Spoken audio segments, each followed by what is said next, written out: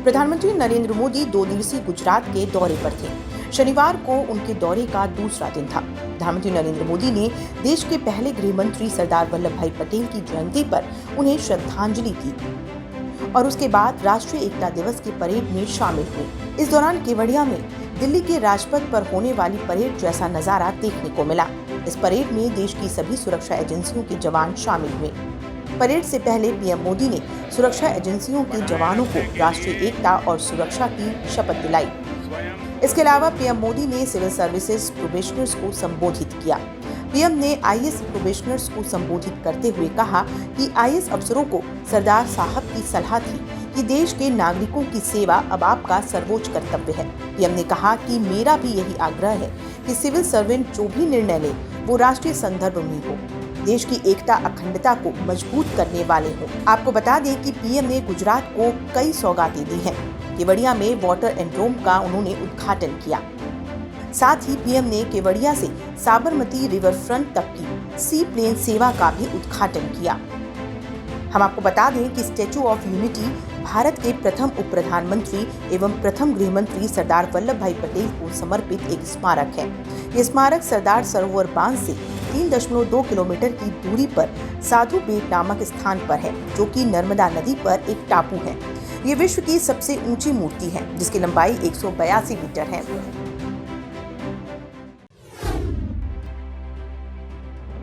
Allahabad high court ने धर्म परिवर्तन पर एक अहम फैसला दिया है। जी हाँ, इलाहाबाद हाई कोर्ट ने कहा कि सिर्फ शादी के लिए धर्म परिवर्तन जायज नहीं है। हाई कोर्ट ने विपरीत धर्म के जोड़े की याचिका खारिज करते हुए कहा कि केवल शादी के लिए धर्म परिवर्तन को वैध नहीं ठहराया जा सकता। बता दें कि जस्टिस एमसी त्रिपाठी की एकल पीठ ने ये आदेश दिया है। दरअसल मुजफ्फरनगर की रहने वाली प्रियांशी उर्फ समरीन ने 29 जून 2020 को हिंदू धर्म स्वीकार किया था। धर्म परिवर्तन करने के बाद उसने 31 जुलाई को एक हिंदू लड़के से विवाह कर लिया। परिवार वाले उनके वैवाहिक जीवन में लगातार दखल दे रहे थे। इसको लेकर दंपत्ति ने याचिका दायर कर कोर्ट से दखल देने की अपील की थी। याचिका पर सुनवाई करते हुए हाई कोर्ट ने कहा कि रिकॉर्ड से ये साफ है कि सिर्फ शादी के लिए धर्म परिवर्तन किया गया है।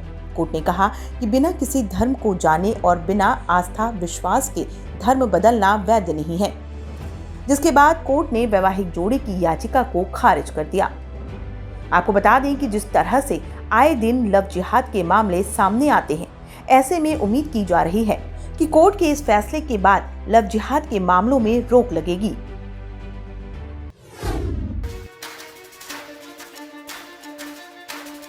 देश विदेश में कोरोना वायरस के बढ़ते कहर के साथ साथ साइबर ठगी और साइबर हमलों का खतरा भी बढ़ गया है। जहां वायरस के संक्रमण से बचने के लिए लोग डिजिटल लेन देन को ज्यादा बढ़ावा दे रहे हैं, वहीं दफ्तर जाने के बजाय घर से काम भी कर रहे हैं। ऐसे में साइबर अपराधी इसका फायदा उठाने की जुगत में लगे हैं। इंटरपोल ने चेतावनी दी है कि साइबर अपराध महामारी के दौरान पहले से बढ़ गया है। इंटरपोल ने दुनिया भर से मिली शिकायतों के आधार पर पिछले दिनों कई देशों की सुरक्षा एजेंसियों को आगाह किया है कि वो इससे निपटने के लिए उपायों पर गौर करें। वहीं निजी संस्थाओं द्वारा डेटा चोरी से निपटने के लिए फिरौती देकर बचने की प्रवृत्ति को रोकने पर भी जोर दिया जा रहा है।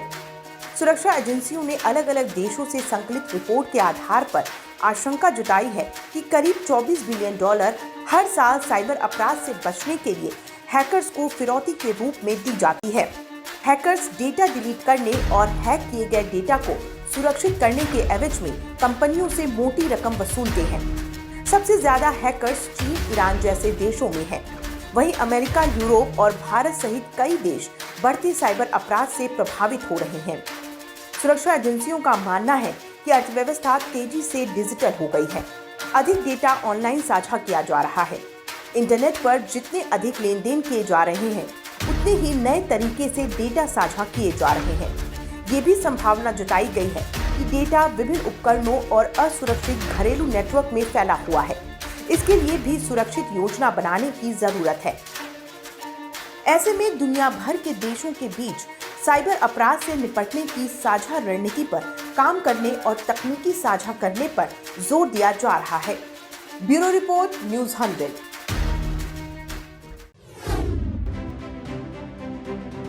नवंबर महीने की शुरुआत होने वाली है। 1 नवंबर से एलपीजी गैस की बुकिंग और डिलीवरी समेत कई नियमों में बदलाव होने वाला है। वहीं भारतीय रेलवे भी 1 नवंबर से कुछ बदलाव करने की तैयारी में है। आइए आपको बताते हैं कि आखिर क्या बड़े बदलाव होंगे। दरअसल इंडियन ऑयल ने इंडियन गैस की बुकिंग के नंबर को बदल दिया है। अब ग्राहकों को एलपीजी सिलेंडर बुक कराने के लिए नए नंबर पर कॉल या एसएमएस भेजना होगा। वहीं 1 नवंबर से एलपीजी गैस सिलेंडर की होम डिलीवरी का तरीका भी बदल रहा है। दरअसल गैस बुकिंग के बाद ग्राहकों के मोबाइल नंबर पर एक ओटीपी भेजा जाएगा। जब डिलीवरी के लिए वेंडर घर पर पहुंचेगा तो आपको उसके साथ ओटीपी नंबर साझा करना होगा। इसके बाद ही ग्राहक को सिलेंडर की डिलीवरी मिलेगी। 1 नवंबर को एलपीजी गैस की नई कीमत भी जारी होगी। हालांकि अक्टूबर महीने में एलपीजी गैस सिलेंडर की कीमतों में कोई बदलाव नहीं हुआ। वहीं कमर्शियल गैस की कीमतों में इजाफा जरूर हुआ था।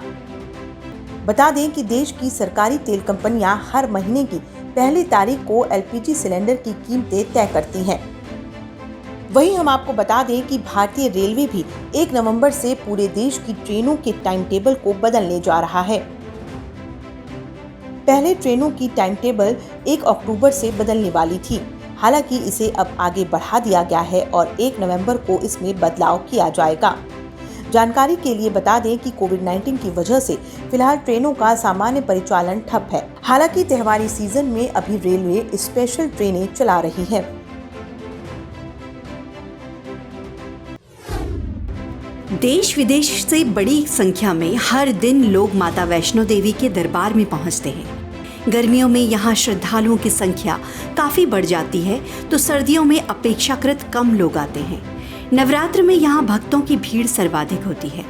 हालांकि इस साल केवल 29,000 भक्तों को दर्शन का मौका मिला। कोरोना महामारी की वजह से कई महीनों से बंद माता वैष्णो देवी के धाम में अब एक बार फिर भक्तों के लगाए जयकारे गूंजने लगे हैं। अब अनलॉक की प्रक्रिया शुरू होने पर धाम में धीरे धीरे श्रद्धालुओं की संख्या बढ़ रही है। इसी कड़ी में माता के भक्तों को जम्मू कश्मीर प्रशासन ने एक और सौगात दी है। अब वैष्णो देवी में हर रोज दर्शन करने वाले श्रद्धालुओं की संख्या में वृद्धि कर दी गई है।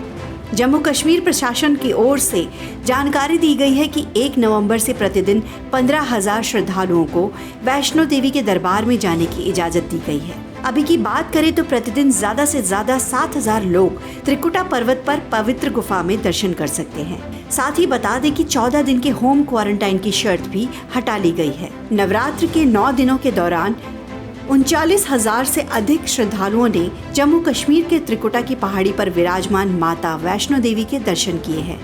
श्राइन बोर्ड के अधिकारियों की ओर से जानकारी मिली है कि संख्या बढ़ने के बावजूद यात्रियों की सुरक्षा प्रोटोकॉल का पूरा ध्यान रखना होगा। यात्रियों के लिए कोरोना से बचाव के अन्य उपाय पहले की तरह लागू रहेंगे। मास्क पहनना और सामाजिक दूरी बनाए रखना, इन सभी नियमों का श्रद्धालुओं को पालन करना होगा। माता वैष्णो देवी श्राइन बोर्ड ने कोरोना संक्रमण से बचाव के लिए कटरा से भवन तक खास इंतजाम किए हैं। बोर्ड ने यहां पर 24 घंटे पानी और बिजली के प्रबंधन के साथ साथ सैनिटाइजर, दवाइयों से संबंधित दुकानों की व्यवस्था कर रखी है। इसके साथ ही तीर्थयात्रियों को किसी तरह की दिक्कत का सामना न करना पड़े, इसके लिए बोर्ड ने हाल ही में माता Vaishno Devi mobile app launch किया है, जिसे गूगल प्ले स्टोर से डाउनलोड किया जा सकता है।